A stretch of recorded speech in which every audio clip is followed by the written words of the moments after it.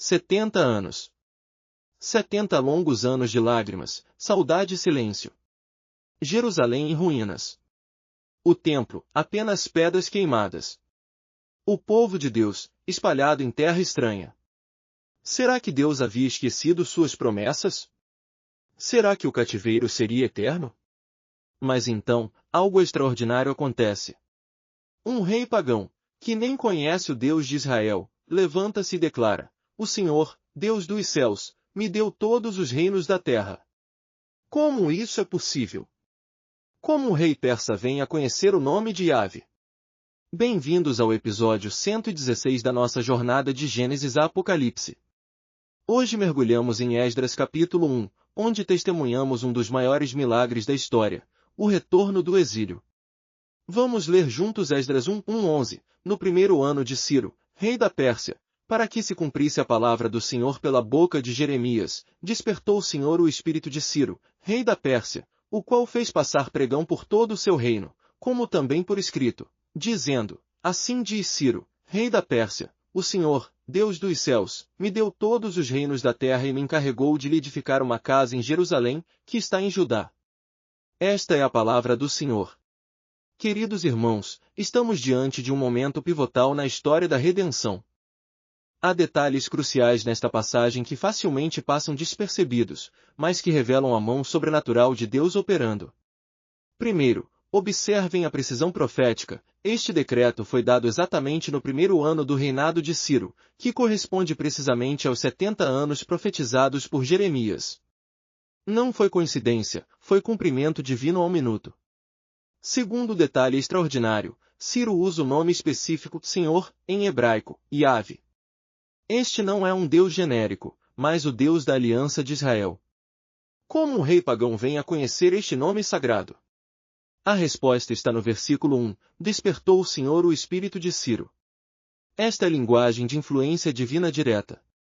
Deus literalmente tocou o coração deste monarca. Terceiro detalhe, Ciro declara que Deus lhe deu todos os reinos da terra. Isto ecoa a soberania absoluta de Yahvé sobre todas as nações. Daniel havia profetizado sobre isso décadas antes. E a mais, Ciro não apenas permite o retorno, mas ordena que quem não voltar deve contribuir financeiramente. Ele transforma toda a operação numa obra missionária financiada pelo próprio império que havia levado Israel cativo. Para compreendermos a magnitude deste momento, precisamos entender o contexto histórico. Estamos em 538 a.C. O Império Babilônico, que destruiu Jerusalém e levou Judá cativo, havia caído diante dos medos e persas. Ciro, conhecido na história como Ciro, o Grande, havia estabelecido o maior império que o mundo já havia visto até então. Diferente dos babilônios, que desenraizavam povos conquistados, Ciro tinha uma política de restauração cultural. Mas isto não explica seu conhecimento específico de Yahvé nem sua paixão pela reconstrução do Templo de Jerusalém. A explicação está na soberania de Deus sobre a história. Isaías 44:28 havia profetizado sobre Ciro pelo nome, 150 anos antes de ele nascer, que diz de Ciro: É meu pastor e cumprirá todo o meu desejo, dizendo também de Jerusalém: seja edificada, e do templo, seja fundado. Deus havia preparado este momento através dos séculos.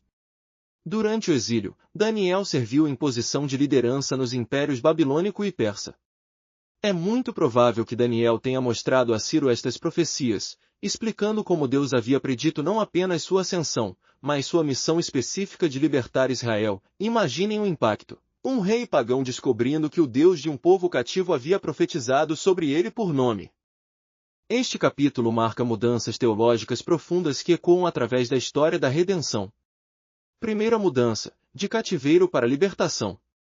O exílio não foi abandono divino, mas disciplina amorosa com prazo determinado.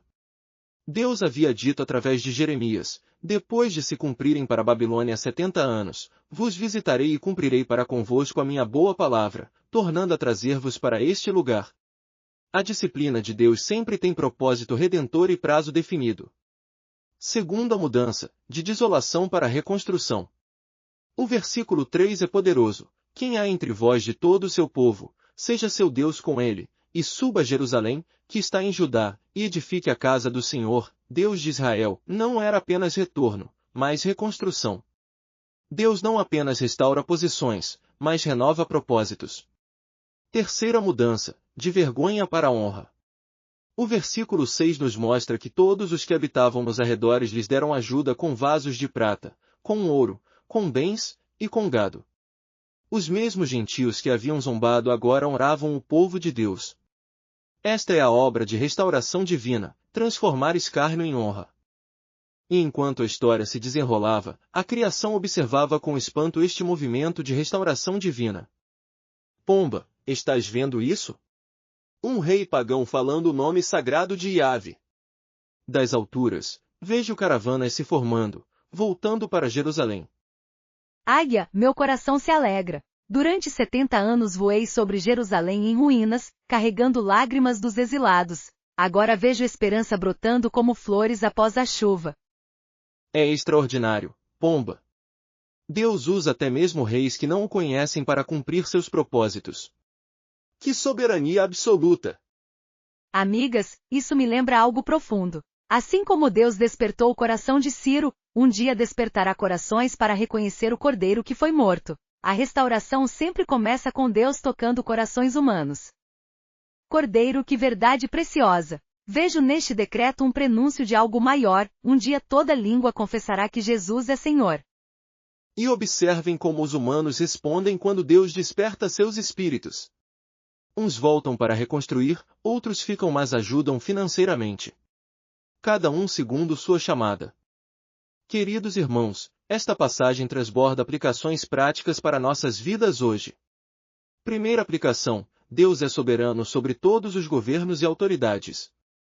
Quando nos sentimos oprimidos por circunstâncias políticas ou sociais, lembremo-nos de que o mesmo Deus que despertou o espírito de Ciro continua movendo corações de líderes hoje. Nossa confiança não está em sistemas humanos, mas no Deus que governa sobre todos eles. Segunda aplicação: as promessas de Deus têm tempo certo para se cumprirem. Os 70 anos de exílio não foram esquecimento divino, mas cronograma perfeito. Talvez você esteja esperando uma promessa de Deus que parece tardar. Lembre-se, Deus não se atrasa, ele chega no tempo perfeito.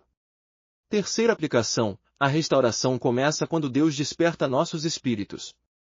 Assim como Ciro teve seu espírito despertado, nós também precisamos pedir a Deus que desperte nossos corações para sua vontade. Quarta aplicação: nem todos são chamados para a mesma tarefa, mas todos podem contribuir para a obra. Alguns judeus voltaram para reconstruir, outros ficaram mas sustentaram financeiramente. Na obra de Deus, há lugar para diferentes chamadas e contribuições. Vamos orar juntos. Senhor Deus, soberano sobre todos os reinos da terra, agradecemos porque Tu és o mesmo ontem, hoje e para sempre. Assim como despertaste o espírito de Ciro para libertar Teu povo, desperta nossos corações para a Tua vontade perfeita. Ensina-nos a confiar em Tua soberania quando as circunstâncias parecem impossíveis. Ajuda-nos a reconhecer que Tuas promessas sempre se cumprem no tempo certo. Que possamos ser fiéis em nossa parte da obra, seja voltando para reconstruir ou sustentando aqueles que vão. Como Ciro reconheceu que Tu és o Deus dos céus, que toda autoridade terrena reconheça Tua supremacia. Desperta corações de líderes hoje para cumprirem Teus propósitos. E prepara nossos corações para o retorno definitivo do exílio, quando Jesus voltar e estabelecer seu reino eterno. Em nome de Jesus oramos. Amém. Inscreva-se para mais conteúdo de estudo bíblico.